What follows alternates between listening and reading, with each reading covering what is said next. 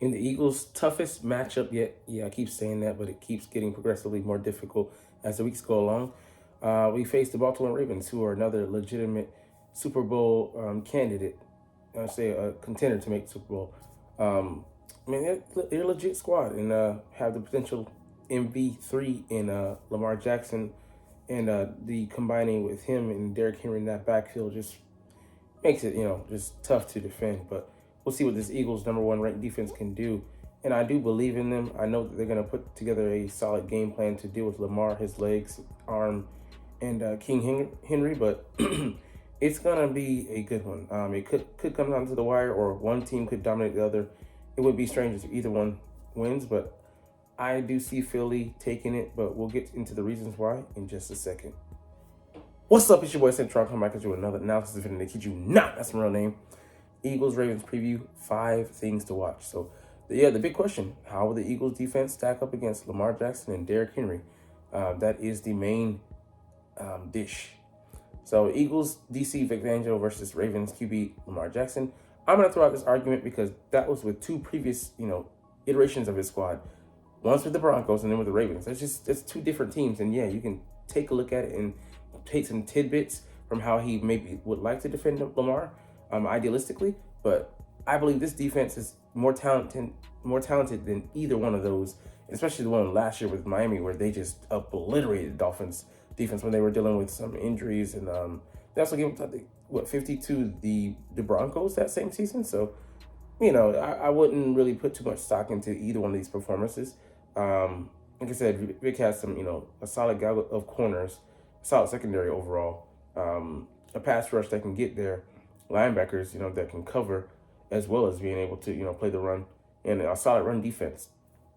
So, it's comparing apples to oranges.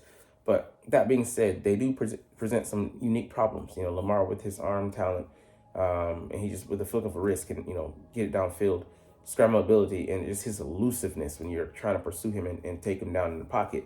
I mean, he's slippery, and it makes sense that his division opponents, would have the most success against him. And he's like 50 and like 9 against the NFC overall, because we don't see a guy like him. I mean, without a shadow of a doubt, the best running option quarterback ever. Like, the guy he's uber explosive. So I mean, like, it's going to be a cat and mouse chess game, and I'm interested to see how Todd Monken plays it, and how Lamar reacts to what the defense is going to show him, because they're going to try to fool him, throw some looks at him, and make sure he's on his game. But King Henry alongside him in the backfield is going to be trouble, because when they play the option game, either way you could be wrong. Either way you could get burned. Either way, if you're right, you could still be wrong. Like, that's just, it's the danger in playing a quarterback like Lamar Jackson. Anyways, let's get to number 2, the Eagles run defense versus Derrick Henry. Man, the thing with him, game tackling. You got to get there in squads, in bunches. I don't care if it's the D line, and then it's the linebackers, and it's the whole secondary, who have to jump them all at once, just to have a fighting chance. He's like Saquon. The rules still apply. He's not gonna burn you like Saquon, long speed wise, but he runs like in the low 4.5s for a man his size, 6'3", 247. That is monstrous. And he's coming at you with a full head of steam. Don't let him get that. Once he turns into Thomas, that engine ain't stopping till it goes on to the next down. And touches down. But he's been explosive. He has more 20-yard runs than Saquon, with 14 to Saquon's 12, which is, you're like, come on. But no, he's that dude. I don't know if he's going for a long, 70-yard touchdown. I think he has maybe this season, but he's just not to be underestimated. And his stiff arm, his weapons of mass destruction on his shoulders. I mean, the guy can truck you, run around you, run over you, run past you. I mean, he can do it all. But like I said, the game tackling, making sure that at the point of contact, that you're not playing to take this man down, because like I said, he's a unit. Hey, hold on to that leg. Make sure you slow him down, so that help can arrive, and then you can just punish him. Because watch. I mean, like, I would love to see Sidney Brown hit him from deep. Pause. But he's just such a tremendous hitter. I don't know if he'll play a role in the defense. I'll be interested to see if we do use him in that role, or if we use him or someone else as a designated spy for Lamar that can also be ready to hit Derrick Henry at a moment's notice. But man, he's going to offer an interesting challenge. Good thing that we have a back like Saquon to practice against, and even that like Saquon's he's not too much different from Saquon size wise, but he's bigger, taller, more muscular, and heavier. Just like I said, a unique challenge to face. All right, the Eagles secondary versus the Ravens diverse receiving weapons. Number 3. I mean, I think this is just the most overall spread that we're gonna face because look, they got number 1 receiver in Zay Flowers, who's on pace for 1,000 yards. Rashad Bateman, who can he's a deep guy. A solid number 2, but not like what we have here in Philly with number 1A and number 1B. But Mark Andrews is a legitimate starting tight end, top 5 guy, and then Isaiah Likely, he's damn good. The catch that he had, that his foot just missed by inches the back of the end zone. He touched it. He just missed it being a touchdown. He's as good at number 2. They're as good a number 1 and 2 punch as you'll see in this league. Justice Hill, a underrated running back who has soft hands coming out of the backfield, as you can see by these numbers, had a 51-yarder last week. And Nelson Aguilar, third fiddle, receiving game, which is like he's 4th, 5th, or 6th in the pecking order.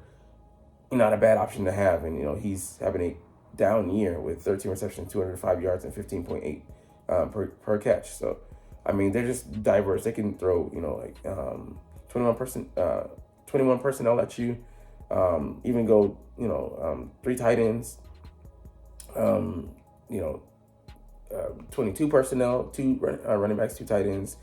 The standard 3 receivers, 1 back, or like 4 receivers if they wanted to.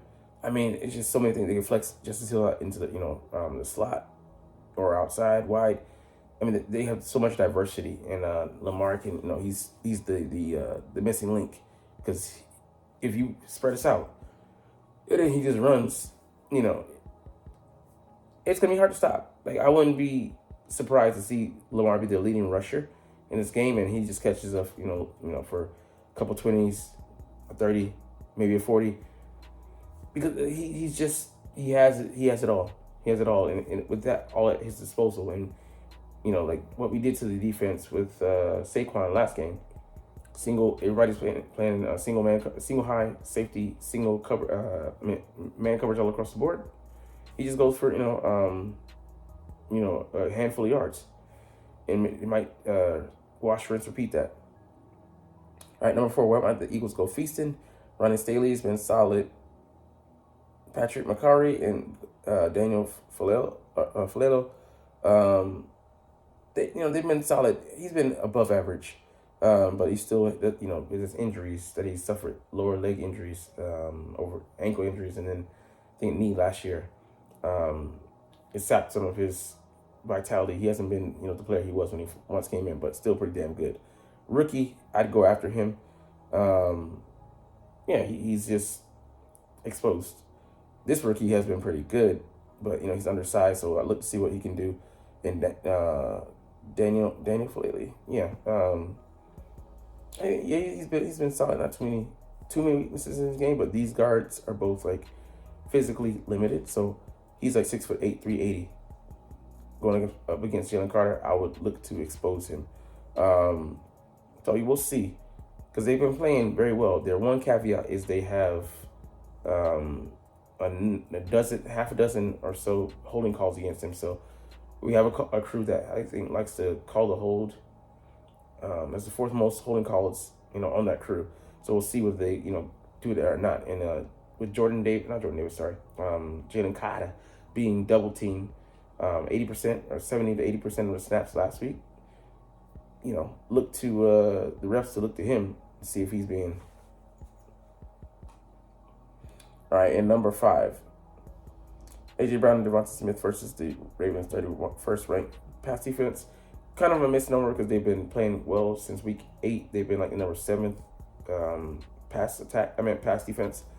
That being said, safeties that were kind of doing them dirt have been placed on the bench, and Marcus Williams, who we once tried to acquire, I think 2 or 3 years ago, and Kyle Hamilton has to play close to the line of scrimmage, but it's kept everything in front of them, limited the big plays, but they can still be had. Have a rookie, Nate Wiggins at corner to go after, and Stevens as well, and I think Marlon Humphrey's been playing more at the nickel back.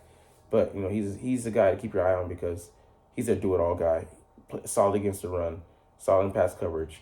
Highly underrated and looking to have another All-Pro year. But I don't fear him going up against AJ. It just will be somewhat of a challenge. So we'll see how that plays out. But anyways, let's get to the next part of our video: Eagles-Ravens game preview. 5 questions and answers with the Week 13 enemy. So looking at things from their perspective. All right, number 1, Lamar Jackson's arguably having the best season of his career. Why has that been the case? I mean, to put it succinctly, I would just say more weapons around him.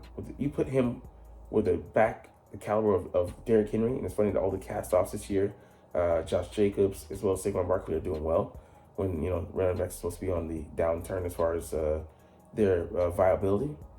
But hey, never been hotter, and the run game is still 50% of the attack the way you can attack in the NFL, and teams just forget or want to forget that.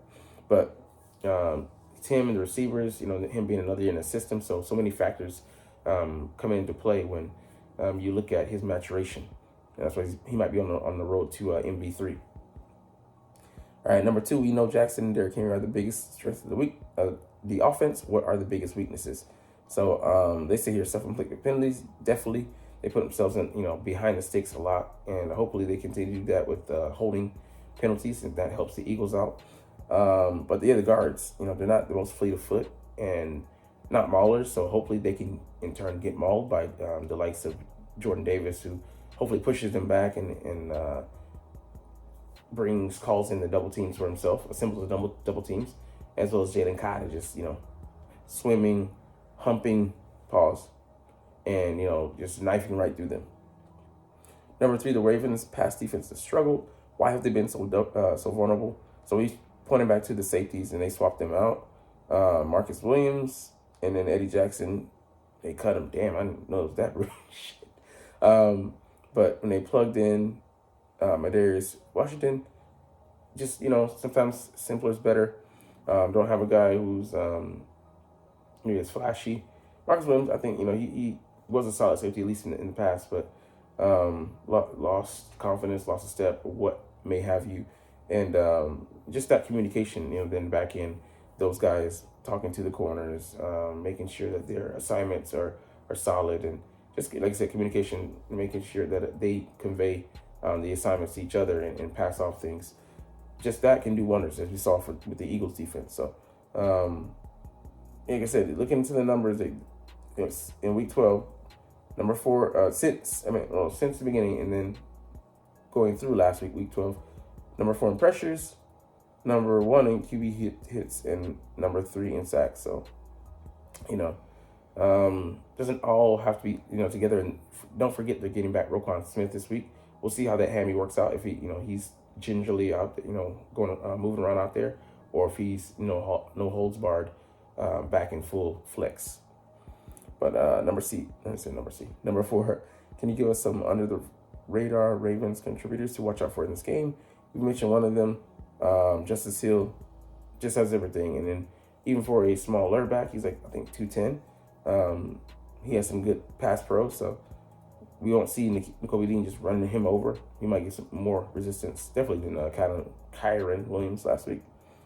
And then who is it on the defensive side? Odafe Owe, I know his name, didn't know his game. He has 8 sacks, so underrated guy, but he's developed in the pass rushing role. They've let him play, and experience is the best thing you can give a young player, so he can get that that playing time in structure, and experience things from his first person point of view, and there's nothing to replace that game time, and that that use of information rather than, you sit on the bench and having the information just kind of float around and you're not acting on it.